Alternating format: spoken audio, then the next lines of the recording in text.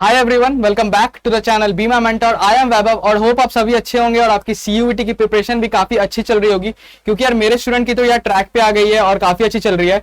तो मैंने सोचा यार कि क्यों ना इनकी प्रिपरेशन के टाइम में इनकी थोड़ी हेल्प कर दिया जाए और उन्हें अपनी लाइफ के एक्सपीरियंस के बारे में बताया जाए कि मैंने क्या क्या गलतियां करी अपनी एग्जाम प्रिपरेशन के टाइम में, एग्जाम देने के टाइम पे, ताकि मेरे बच्चे और आप ये गलती ना कर सके। तो आज हम इन्हीं गलतियों के बारे में बात करेंगे। तो चलिए स्टार्ट करते हैं वीडियो। अगर मैं सबसे पहले गलती की बात करूं जो स्टूडेंट अक्सर करते हैं, वो है not having the complete understanding of CUET syllabus. कि यार अब हम आंख बंद करके तैयारी करने तो लग गए, लेकिन यार तैयारी करना किसका है? तैयारी करना अगर हमें पता चल गया है तो यार उसमें चैप्टर्स कैसे कैसे डिस्ट्रीब्यूटेड है, उनका वेटेज क्या है, चैप्टर वाइज वेटेज क्या है, सब्जेक्ट वाइज वेटेज क्या है, हमें कुछ पता ही नहीं है, हम बस तैयारी करने लगे। तो देखो ये गलती मत करना, क्योंकि ये बहुत ज्यादा टाइम कंज्यूमिंग होता है। हम कभी कभी उन चैप्टर्स को ज्यादा टाइम दे देते हैं जिनका वेटेज बहुत कम रहता है और उन चैप्टर को छोड़ के चले जाते हैं जिनका क्वेश्चन आने का चांसेस बहुत ज्यादा होता है।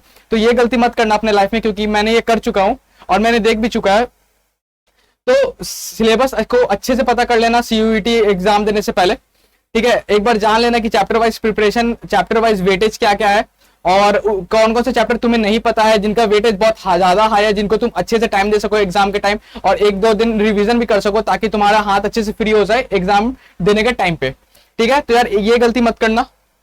तो यार जो हम डिस्कस कर लिया ना उसको हम काटते चले जाते हैं, ठीक है, कि यार हमें ये तो नहीं करना है। इससे हमें क्या पता चला कि हमें सिलेबस को अच्छे से पता करना है और उसके अकॉर्डिंग अपना प्रिपरेशन स्ट्रेटेजी, जो कि हर बच्चे का अलग होता है, उसे एक्सिक्यूट करना है, ठीक है। आगे चलते हैं। यार दूसरा पॉइंट है not solving the mock test. देखो यार बहुत बच्चे इसमें गलतियां करते हैं। गलतियां क्या है, मतलब ये कोई क्वेश्चन नहीं है कि मैं बता रहा हूं।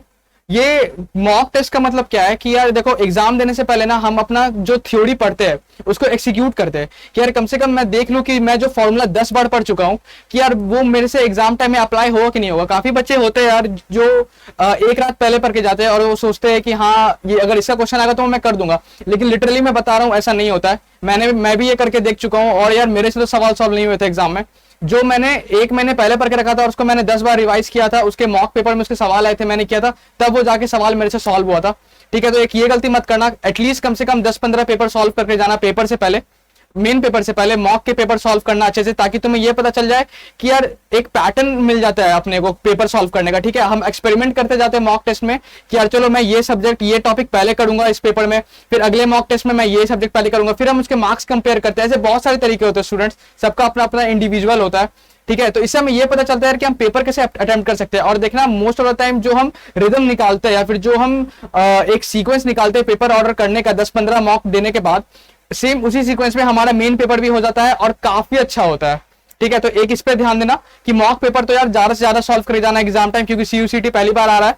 तो एक बार होगा क्या कि तुम्हें एक्सपीरियंस मिल जाएगा कि यार तुम्हें फॉर्मूले जो तुम पढ़ चुके हो उन्हें कैसे अप्लाई किया जाता है सवालों में, ठीक है। आगे चलते हैं दूसरी गलती की ओर, इसे भी काट देते हैं।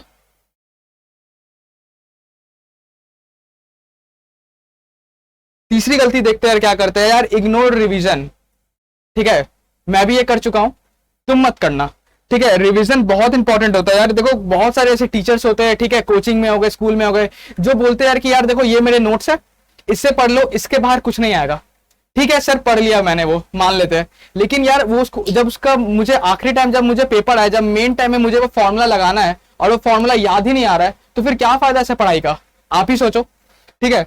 तो मेरा कहने का क्या मतलब है यार कि रिवीजन बहुत इंपॉर्टेंट है। भले तुम यार एक दो चैप्टर कम पढ़ के जाओ पेपर में, डजेंट मैटर, ठीक है। अगर मान लो कि मेरे ये सवाल अगर इस दोनों चैप्टर से आए और मैं ये पढ़ के नहीं गया हूं तो कोई दिक्कत नहीं है, ठीक है। अपने को रिग्रेट नहीं होता है। रिग्रेट कब होता है? जब हम कुछ पढ़ के जा रहे हैं, किसी चीज में टाइम दे रहे हैं और वो चीज हमसे एग्जाम में सॉल्व नहीं होता, तो उस टाइम बहुत ज्यादा दुखी हम फील करते हैं, सब फील करते हैं, ठीक है। तो मेरा कहने का ये मतलब है कि रिवीजन अच्छे से करके जाना। एक टाइम टेबल शेड्यूल प्लान कर लो रिवीजन के लिए 10-15 दिन पेपर के पहले, ताकि तुम हर चैप्टर को अच्छे से रिवीजन के लिए टाइम दे सको, ताकि वो फॉर्मूला तुम्हारे दिमाग में आते रहे जब तुम पेपर दे रहे होगे, ठीक है। तो यार रिवीजन वाला अपना सिस्टम भी खत्म हो गया। आगे चलते हैं। Not following proper time table, ठीक है। देखो यार टाइम टेबल अब दो ढंग से हो सकता है। अगर मान लो ये कोई वीडियो देख रहा है और वो बोलेगा सर अभी तो मेरे पास 1 साल है, तो क्या मुझे टाइम टेबल बनाना चाहिए कि नहीं बनाना चाहिए? देखो मैं उस केस में बात नहीं कर रहा हूं, मैं बात कर रहा हूं उन बच्चों के बारे में जिनका पेपर अभी से 15 दिन बाद है या 20 दिन बाद है। ठीक है, तो एक रिवीजन प्लान तो जरूर होना चाहिए। ठीक है, टाइम टेबल, कोई चीज तुम सीखते हो तो जरूरी नहीं कि वो चीज तुम टाइम टेबल फॉलो करके सीख सको, क्योंकि यार मैं तो टाइम टेबल कभी फॉलो नहीं कर पाता हूँ। ठीक है, मैं हमेशा रिवीजन टाइम टेबल फॉलो करता हूँ, जो कि मेरे एग्जाम के 15-20 दिन पहले से बना के रखता हूँ मैं, ताकि यार मेरे पास एक एक्सेस टाइम हो सके लास्ट में, ताकि मैं मॉक रिवाइज कर सकूं और चैप्टर रिवीजन के साथ मैं उस फॉर्मूले को अप्लाई भी कर सकूं। ठीक है, तो यार रिवीजन टाइम टेबल तो बहुत जरूरी है कि कम से कम एक सबका अपना अपना एक सिस्टम होता है। मान लो कि किसी बच्चे का हुआ कि वो 20 क्वेश्चन के 3 सेट लगा लिया एक दिन में, अपना अपना तरीका से। मेरा कहने का बस जनरल से ये मतलब है कि एक टाइम टेबल फॉलो करो कि यार अगर तुम 3 घंटे का पेपर लगा के बैठ, अगर 3 घंटे का ड्यूरेशन लगा के बैठ रहे हो तो यार वो 3 घंटे में तुम हिलो नहीं। ठीक है, तुम सवाल सॉल्व करो वो 3 घंटे, अगर तुमसे नहीं हो रहा तो यार तुम सो जाओ, लेकिन तुम उठो मत। ठीक है, जनरली टाइम टेबल फॉलो करने का यही रीजन होता है। एक दिन होगा, 2 दिन होगा, तीसरे दिन से आदत लग जाएगा, और 15 दिन अगर ये फॉलो कर लिए तो पेपर बहुत जल्दी हो जाता है। ठीक है, एग्जाम टाइम में। तो यार प्रॉपर टाइम टेबल का भी अपना हो गया सिस्टम कंप्लीट कि यार हमें इससे क्या पता चला कि हमें रिवीजन टाइम टेबल तो एटलीस्ट बना के चलना है पेपर से पहले, और अच्छे से बनाना है ताकि हम उस सब्जेक्ट को ज्यादा टाइम दे सके जिसका वेटेज ज्यादा है सीयूईटी में, as compare to low grade, या फिर बोल लो कि उस चैप्टर का जिसका वेटेज कम है। ठीक है, क्योंकि अगर मैं बोलूं तो यार मुझे भी ये 1 साल प्रिपरेशन के बाद ही पता चला, क्योंकि यार मैं भी अगर मैं पेपर देता था अपने कोचिंग के, या फिर बोल लो जो हमें ट्यूशन के टीचर्स देते थे, तो यार मुझे भी ये समझ में नहीं आ रहा था यार कि मैं सोचता था यार कि चलो एक रात पहले करके जाएंगे तो हो जाएगा, लेकिन ऐसा नहीं होता है, नंबर बिल्कुल भी नहीं आते। पहले से पढ़ के, पहले से प्रिपरेशन करके जाना पड़ता है काफी अच्छा। और रिवीजन टाइम टेबल और मॉक टेस्ट जो मैंने बोला पिछले अभी कुछ पॉइंट्स में, उनका बस ध्यान रखना। ठीक है, आगे चलते हैं। अगर मैं यहाँ पे सबसे लास्ट पॉइंट की बात करूं जो आपको ध्यान रखना है यार सीयूईटी के प्रिपरेशन, सीयूईटी के एग्जाम के टाइम में, चाहे तुम मॉक दो या फिर तुम्हारा मेन पेपर जिस दिन हो, ये बात हमेशा याद रखना कि proper distribution of time according to paper.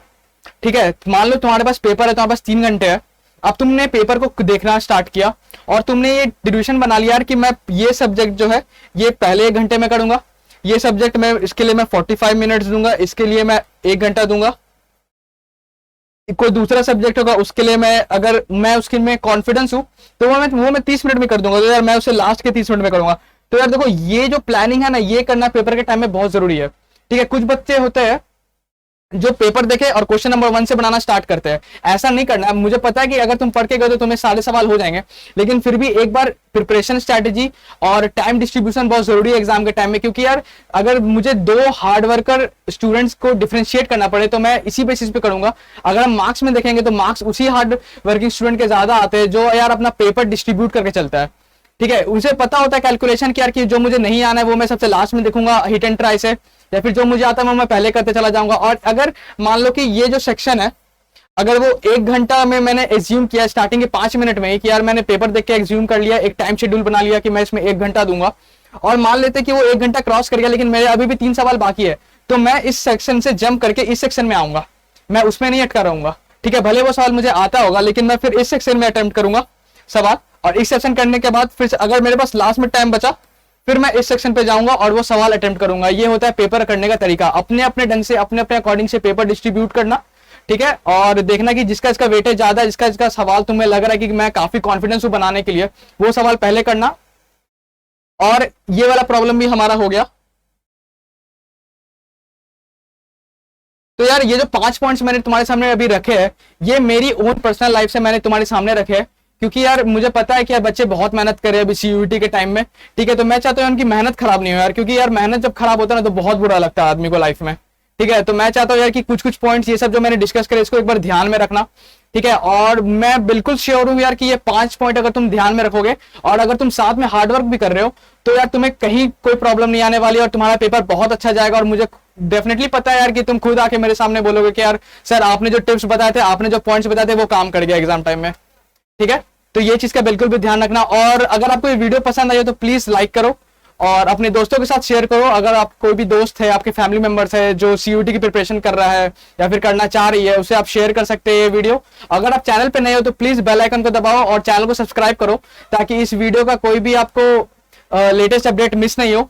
और खुश रहो, प्रिपरेशन करते रहो, हार्ड वर्किंग रहो, थोड़ा स्मार्ट वर्क करो, जिस तरह से मैं बताता हूँ उस तरह से सोच के देखो तो काफी एक्सपीरियंस मिलेगा और काफी इजी हो जाएगा सब कुछ चीज करना। अगर हम लोग एक प्रॉपर टाइम टेबल फॉलो करें, एक प्रॉपर गाइडेंस के अंदर चलते हैं, तो काफी हार्ड चीजें जो हमें दिखती है कि यार ये काफी हार्ड है, वो बहुत आसानी से होती हुई चली जाती है। तो बस यही था यार, और खुश रहो, अपने परिवार वालों का ख्याल रखो। Thank you.